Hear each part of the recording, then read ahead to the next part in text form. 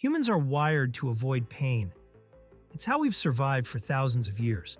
You would agree that pain signals danger, whether it's a sharp object, a fire, or a predator. In fact, at a young age, you learn what's safe and what's not through pain. For example, you only need to touch a hot stove once to understand it's not a good idea, and quickly your brain makes the association: pain equals harm.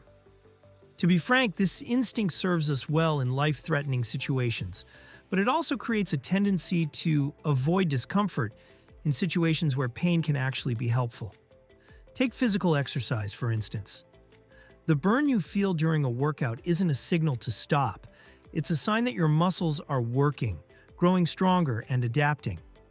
Similarly, when you struggle to grasp a complex concept while studying, the frustration you feel is part of the learning process. It's your brain stretching itself, forming new connections. Where this instinct to avoid pain becomes most problematic is with emotional or psychological discomfort. Anxiety, sadness, or being overwhelmed doesn't feel good, so the natural response is to escape. Today, that's easier than ever. Instead of sitting with your feelings and working through them, you can pick up your phone, scroll through social media, or lose yourself in a video game. The sad thing is, while these distractions offer temporary relief, they often leave the underlying issues unresolved. Truth is, pain isn't always something to be avoided. It's also a messenger, a signal that something in your life needs attention. And ignoring it doesn't make it go away. It just postpones the inevitable. Understanding the role of pain in personal growth requires a look at how the brain processes pleasure and pain. Neuroscientists have found that these two experiences are managed by the same regions of the brain and operate on a delicate balance. Think of it as a seesaw. When you experience pleasure, like eating your favorite dessert or watching an exciting movie, the seesaw tips toward the pleasure side. But the brain's primary goal is homeostasis, or balance. It doesn't want the seesaw to stay tipped for long. So to bring things back to equilibrium, the brain introduces a counterweight: pain. This is why the initial joy of a pleasurable experience often fades and can even be followed by a sense of dissatisfaction or craving. Let's break this down with an example. Imagine you're eating a rich chocolate cake. The first bite is incredible. It floods your brain with dopamine, the pleasure chemical. But with each subsequent bite, the joy diminishes. By the time you finish the cake, you might even feel uncomfortably full or regretful.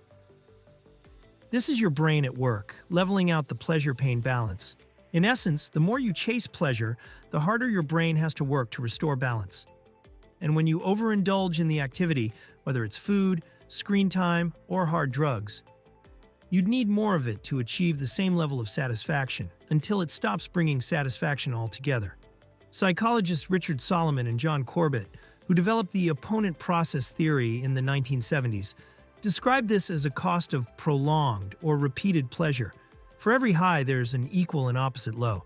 This principle explains why people who overindulge in dopamine-releasing activities often end up feeling worse in the long run. Pain, when approached the right way, can be transformative. Think about the most meaningful experiences in your life: earning a degree, running a marathon, or overcoming a personal challenge. None of these accomplishments came easily. They required effort, perseverance, and yes, discomfort. Physical pain, like the soreness from a workout, is a clear example of this. When you lift weights, you're creating tiny tears in your muscle fibers. Your body repairs these tears, making the muscles stronger than before. Without the pain from those tears, there is no growth. The same applies to emotional pain. Consider heartbreak, one of the most difficult emotions to endure, but it often leads to significant personal growth. You learn about yourself, your needs, and your boundaries. These lessons might be painful in the moment, but they shape you into a stronger, more self-aware person. Even mundane discomforts, like waiting in line or enduring a boring task, serve a purpose. They build patience and mental resilience, skills that are invaluable in every aspect of life. By facing pain instead of avoiding it, you train your brain to handle challenges and bounce back stronger. Embracing pain doesn't mean seeking out extreme suffering. Instead, it's about finding small, manageable ways to challenge yourself and build resilience. This can be as simple as delaying gratification. For instance, instead of reaching for your phone the moment you feel bored, try sitting with the feeling. Notice it. Explore it. Over time, you'll find that the discomfort becomes less intimidating. On the flip side, it's important to moderate your pursuit of pleasure. By limiting overindulgence, you allow your brain to maintain a healthy balance, making it easier to appreciate the small joys in life. Remember, pain isn't the enemy. It's a teacher. When you lean into discomfort, you give yourself the opportunity to grow. Instead of running from your pain, try asking what it's trying to tell you. Often, it's pointing to something in your life that needs attention, whether it's an unresolved issue, an unmet need, or a habit that's no longer serving you. In today's world, where comfort is always within reach, it's easy to fall into a cycle of avoiding pain and chasing pleasure.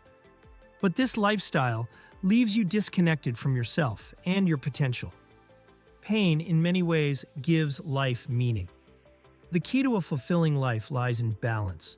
By welcoming discomfort and moderating pleasure, you create a richer, more meaningful existence. Pain isn't something to fear, it's something to embrace and learn from. If you have had instances where discomfort was the secret key to your growth, share with us in the comments. Don't forget to give this video a thumbs up and subscribe to this channel. Thanks for watching.